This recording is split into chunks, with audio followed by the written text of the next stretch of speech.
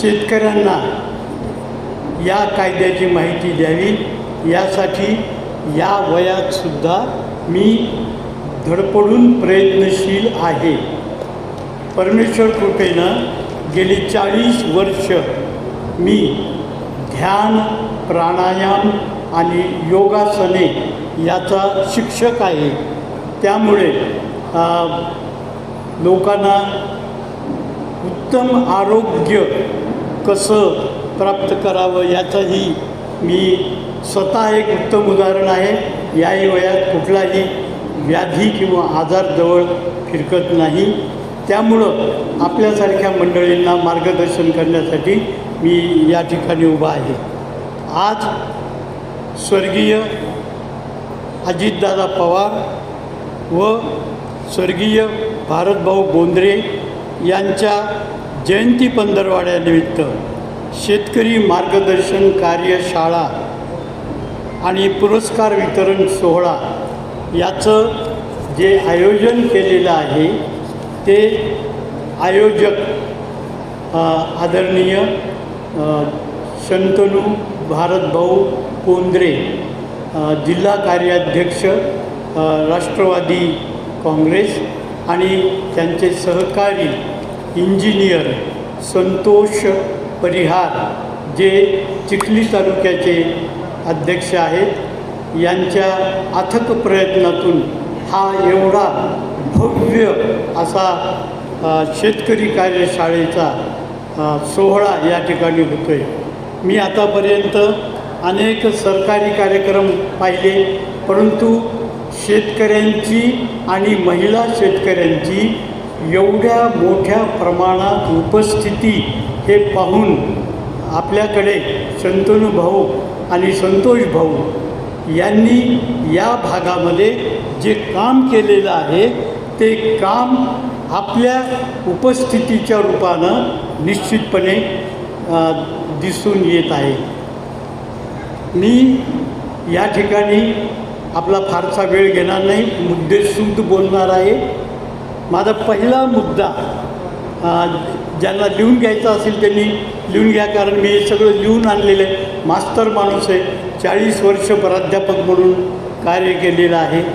पहिला मुद्दा असा की हे खडकपूर्णा धरण उभं करण्याचं स्वप्न आदरणीय भारतभाऊ बोंद्रे यांनी साकार केलेलं आहे. आणि आता याच्या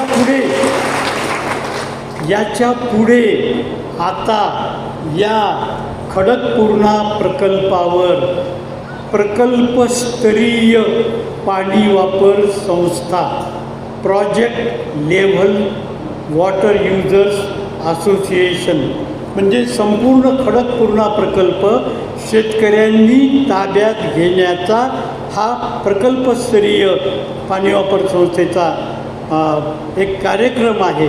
आणि मी या ठिकाणी या शंतनू भाऊंच्या उपस्थितीमध्ये त्यांना अशी विनंती आपल्या सर्वांच्या वतीनं, वाल्मी संस्थेच्या वतीनं मी त्यांना करणार आहे की आपल्या वडिलांनी जे उभं केलेलं आहे त्याला पुढे नेण्यासाठी खडकपूर्णा प्रकल्पस्तरीय पाणी वापर संस्था ही लवकरात लवकर आपण आपल्या अध्यक्षतेखाली सुरू करावी, जेणेकरून सर्वसामान्य शेतकऱ्यांचे पाण्याच्या संदर्भातले जे प्रश्न आहेत, आणि हे प्रश्न मला माहीत आहेत. मागच्या 1-2 महिन्यापूर्वी मी या ठिकाणी खडकपूर्णा प्रकल्पावर मोठ्या प्रमाणामध्ये शेतकऱ्यांची प्रशिक्षण वर्ग घेतला. अनेक जण त्यातले व्यासपीठावर या ठिकाणी स्थानिक मंडळी उपस्थित आहेत. आपल्याला केवळ लघुवितरिका पातळीवर पाणी वापर संस्था करून थांबायचं नाही आहे, आपल्याला पुढे जायचं आहे. कालवास्तरीय पाणी वापर संस्था स्थापन करायची आहे आणि त्याच्यानंतर खडकपूर्णा प्रकल्पस्तरीय पाणी वापर संस्था स्थापन करायची आहे.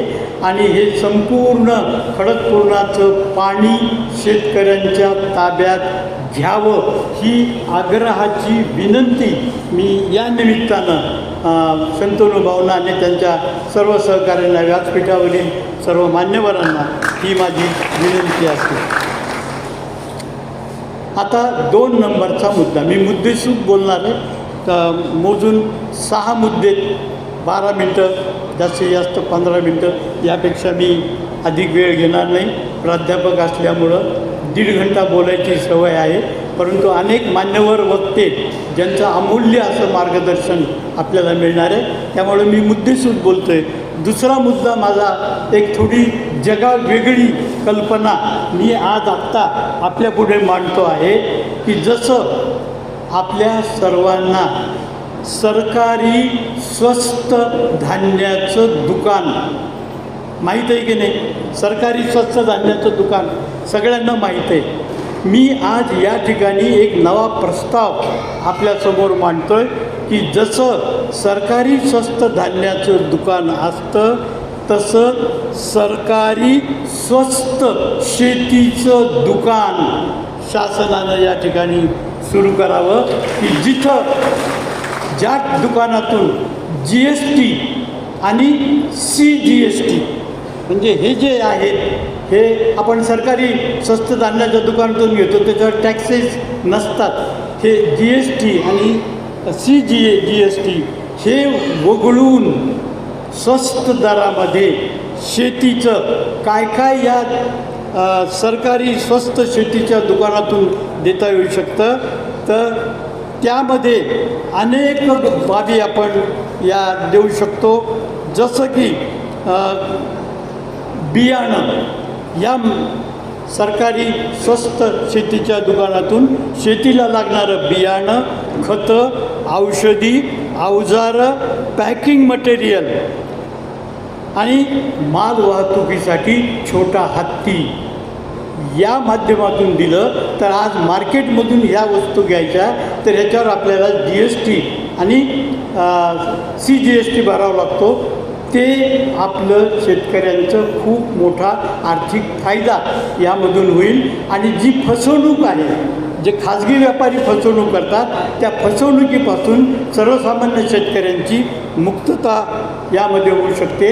अवजाराच्या बाबतीमध्ये ड्रोनच्या माध्यमातून, जे ड्रोन आहे शेतीवर औषध फवारणी करण्यासाठी लागणारे ड्रोन आणि जे ट्रॅक्टर लागणार आहे आणि ट्रॅक्टरच्या जोडण्या लागणार आहेत त्यासुद्धा या स्वस्त दुकानातून शेतकऱ्यांना मिळाव्यात.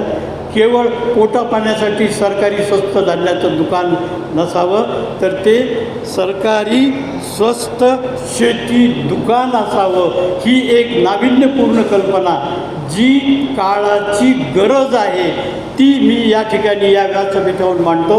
आणि मला अशी खात्री वाटते की ज्यांना सर्वसामान्य शेतकऱ्यांच्या विकासाची तळमळ आहे त्यांनी ही संकल्पना प्रत्यक्षामध्ये आचरणात आणण्यासाठी पुढाकार घ्यावा. न सरकारी झालं तर आपल्या राष्ट्रवादी पार्टीतर्फे, राष्ट्रवादी काँग्रेस पार्टीतर्फे असा एखादा प्रायोगिक तत्वावर प्रयोग सुरू करायला काय हरकत आहे. आणि असा प्रयोग जर यशस्वी झाला आणि त्या प्रयोगाचे फायदे जर शासनाच्या लक्षात आले तर मोठ्या प्रमाणावर शासन याचा उपयोग निश्चितपणे करून घेईल. तेव्हा ही दुसरी माझी एक विनंतीपर सूचना या ठिकाणी मांडतो. आता तिसरं जे माझा विषय आहे, पाणी वापर संस्था. या पाणी वापर संस्थेमध्ये जे सभासद आहेत त्यांना एक अत्यंत महत्त्वाची सूचना, शासन निर्णय आत्ता झालेला आहे जे तुम्हाला माहीत नाही आणि जो मी सांगण्यासाठी या ठिकाणी आलेलो आहे. तो शासन निर्णय असा आहे की पाणी वापर संस्था प्रत्येक हंगामाची पाणीपट्टी पाटबंधारे खात्याकडे ज्या दिवशी भरते त्याच दिवशी किंवा फार तर फार उशिरात उशिरा दुसऱ्या दिवशी 50% परतावा मिळण्याचं पत्र प्रत्येक पाणी वापर संस्थेने संबंधित कार्यकारी अभियंता यांना देणं गरजेचं आहे. तो जो GR आहे तो माझ्या मोबाईलमध्ये आहे आणि ज्यांना कोणाला हा GR पाहिजे असेल माझा मोबाईल नंबर लिहून घ्या, मी तो तुम्हाला पाठवतो. 15 दिवसामध्ये परतावा मिळेल, 16व्या दिवशी परतावा मिळणार नाही. ते 2-4 वर्ष रखडल, कारण त्याच्यामध्ये 2 खाते केलेले कार्यकारी अभियंत्याचे. 15 दिवस त्याच्यात पैसे राहणार आहेत परताव्याचे 50%. हे मागच्या वेळी मी जेव्हा प्रशिक्षण घेतलं तेव्हा हा शासन निर्णय निघाला नव्हता. आत्ता तो निघाला आहे आणि त्यामुळं आपल्याला जर 50% परतावा पाणी वापर संस्थेला पाहिजे तर आपण प्रत्येक हंगामाची पाणीपट्टी भरत असतानाच जर आपण तात्काळ आपल्या पाणी वापर संस्थेच्या लेटर हेडवर जर 50% परतावा, म्हणजे तुम्ही जर 1,00,000 रुपये रब्बी हंगामाची पाणीपट्टी भरली तर 15 दिवसाच्या आत तुमच्या पाणी वापर संस्थेला 50,000 रुपये 15 दिवसाच्या आत तुमच्या खात्याला जमा होतील. जर हे आपल्या लक्षात नाही आलं तर मग आपले पुढचे जे कामं करायचे, देखभाल दुरुस्तीचे काम करायचे, पाटकऱ्याचे पगार करायचे, सचिवाचा पगार करायचा आहे, याला पैसा कुठून येणार? सगळे सोंग करता येतात, पैशाचं सोंग करता येत नाही.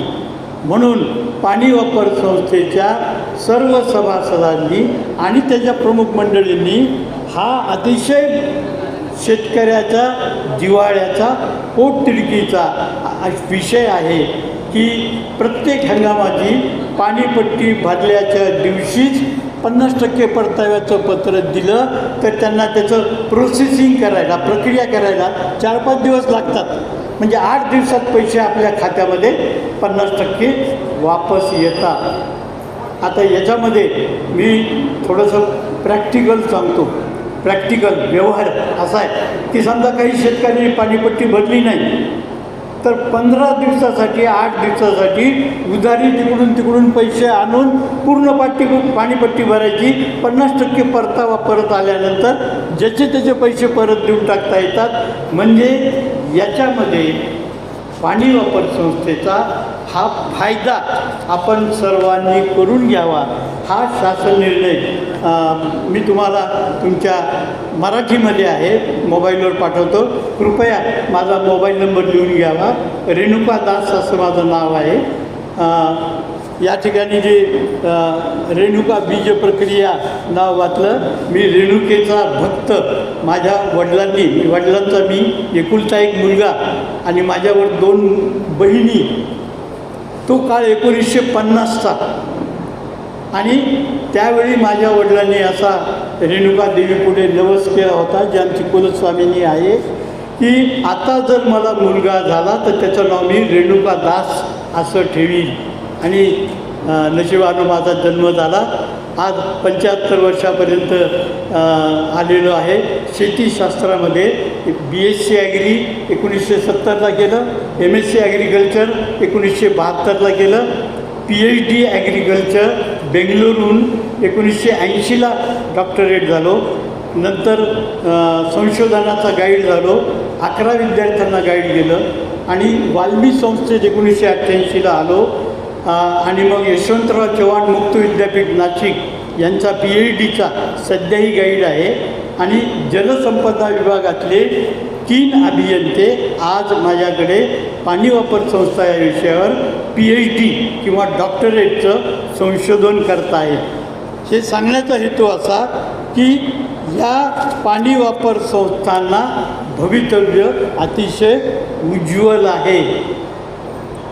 या पाणी वापर संस्था हे शासनाचं खूळ नाही. एक थोडंसं कठीण वाटेल पण सांगतो की लोकशाही देशामध्ये, म्हणजे इन एनी डेमोक्रॅटिक कंट्री, लोकशाही देशामध्ये विकासाची साधनं ही लोकांच्या अधीन असली पाहिजे तर त्या देशाची लोकशाही बळकट होते.